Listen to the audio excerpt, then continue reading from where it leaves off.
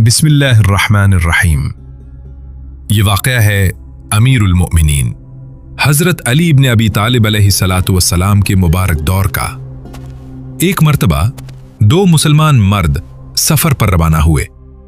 रास्ते में एक मकाम पर उन्होंने दस्तरखान बिछाया और अपनी अपनी रोटियां निकाली।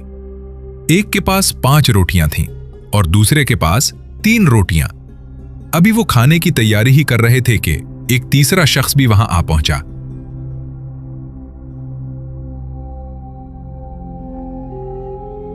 और उनके साथ खाने में शरीक हो गया। तीनों ने मिलकर खाना खाया। खाने के बाद तीसरे शख्स ने 8 दिरहम उनके हवाले किए और वहां से चला गया।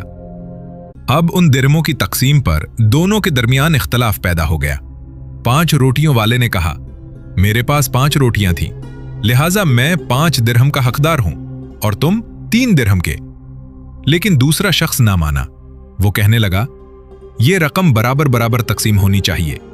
आखिरकार दोनों काजी के पास पहुंचे। काजी ने भी यही फैसला दिया कि 5 और 3 के हिसाब से तकसीम हो, मगर दोनों मुतमईन न हुए। उन्होंने कहा, हमें मुकम्मल इत्मीनान सिर्फ हजरत अली अलैहिस्सलाम के फैसले से होगा। चुनाचे मामला हजरत अली अलैहिस्सलाम की खिदमत में पेश किया गया। आपने 5 रोटियों वाले से पूछा, क्या तुम अपने साथी को 3 दिरहम देने पर राजी हो? उसने कहा, जी हां।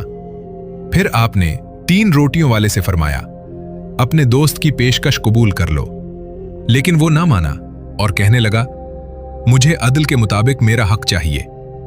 हजरत अली अलैहिस्सलाम ने फरमाया, अगर तुम अदल चाहते हो तो सुनो, तुम सिर्फ 1 दिरहम के हकदार हो और तुम्हारा साथी 7 दिरहम का। यह सुनकर वो शख्स हैरान रह गया और बोला, यह कैसे मुमकिन है? हजरत अली अलैहिस्सलाम ने फरमाया, कुल 8 रोटियां थीं। अगर हर रोटी के 3 टुकड़े किए जाएं तो कुल 24 टुकड़े बनते हैं। अगर तीनों ने बराबर खाया तो हर एक ने 8-8 टुकड़े खाए। 5 रोटियों वाले के पास 15 टुकड़े थे, जिनमें से 7 टुकड़े तीसरे शख्स ने खाए। और तुम्हारी 3 रोटियों के 9 टुकड़ों में से सिर्फ 1 टुकड़ा उसने खाया। लिहाजा 7 दिरहम उसके और 1 दिरहम तुम्हारा हक है। यह फैसला सुनते ही चारों तरफ मरहबा की आवाजें बुलंद हुईं और उस शख्स ने अपनी गलती तस्लीम करते हुए 1 दिरहम कबूल कर लिया। उस मौके पर हजरत अली अलैहिस्सलाम ने फरमाया, खुदा का शुक्र है कि अली की खिलाफत में किसी पर जर्रा बराबर भी जुल्म नहीं हुआ।